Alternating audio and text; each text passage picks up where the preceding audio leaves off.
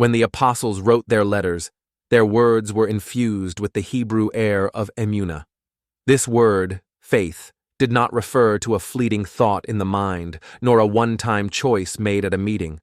It signified trust that could support weight, loyalty that could withstand storms, and a walk leaving footprints in the dust. For Paul, the faith of Yeshua, the anointed king, was his faithful obedience to the Father, step by step, even embracing death. Our faith was the committed trust, a decision not made in a moment, but for a lifetime, to follow that same path under his protection.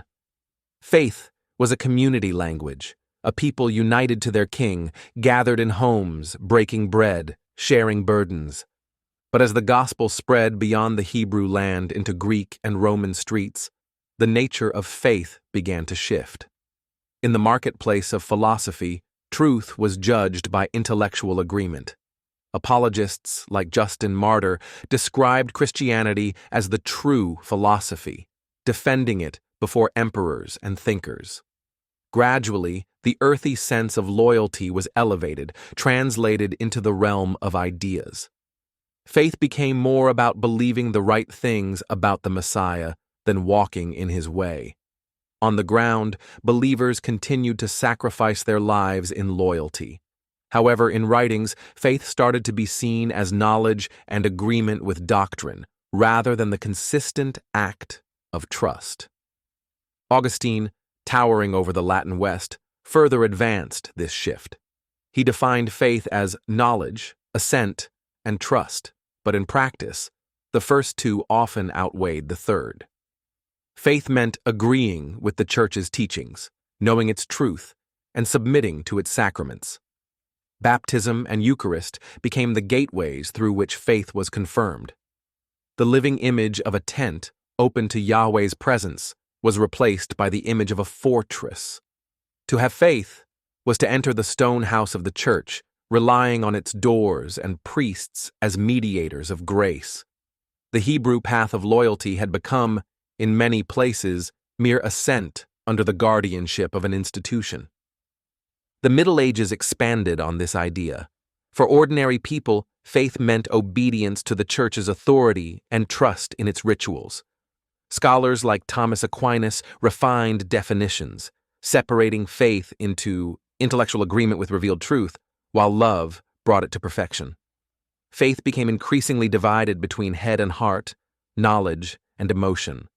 The everyday practice of emunah, shown through daily trust and loyalty to one's community, was hidden beneath scholastic categories, rituals, and acts of penance. The path wasn't lost, but it was overgrown. Then came the Reformation. Luther shattered the medieval fortress with his cry, "The righteous shall live by faith." He declared that justification was not through works or penances, but through faith alone. In doing so, he brought faith closer to its biblical roots, not just assent, but trust in Messiah himself. Yet even here, the imagery shifted. Luther depicted faith in courtroom terms, the sinner standing before God as judge, declared righteous by trusting the promise of Christ. This was a breakthrough of grace, a reclaiming of trust, but it leaned more toward legal imagery than Hebrew clan walk. The life of loyalty became framed as a legal standing secured by trust. In the centuries that followed, Puritans and Pietists pressed the matter inward. Faith became not just a legal verdict, but a personal assurance, a felt experience. The Great Awakenings in the 18th century amplified this, with preachers like Whitefield and Wesley calling for a personal crisis, a new birth, a decisive encounter. Faith was no longer only a steady walk. It was a crossroads moment, a turning point where one must decide. The ongoing path remained, but the spotlight shifted to the moment of entry. The 19th century advanced this approach to method. Revivalists like Charles Finney introduced the anxious bench, where seekers were encouraged to step forward and decide for Christ. The language of decision became central. Faith was no longer just the path, but the act of crossing a line. By the early 20th century, Billy Sunday simplified the call to a quick decision: believe, pray, be saved.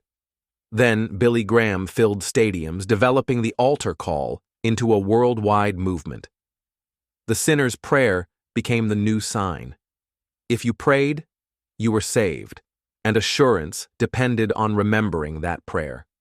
Today, this pattern remains deeply rooted in evangelical life. Faith is often seen as a one-time choice, a raised hand, a prayer that guarantees a spot in heaven. The ancient Hebrew idea of emunah as loyal trust, shared burden, covenant walk, has been overshadowed by the personal certainty of a moment. What once was a trail of footprints has become, for many, the memory of a hand raised in a crowd. Yet the ancient path has not disappeared.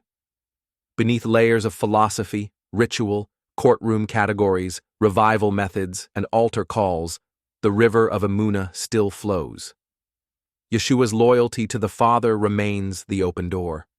Faith, in its purest form, is still the step through that door into a long journey of trust, lived in community, carried by daily loyalty, and embodied in love.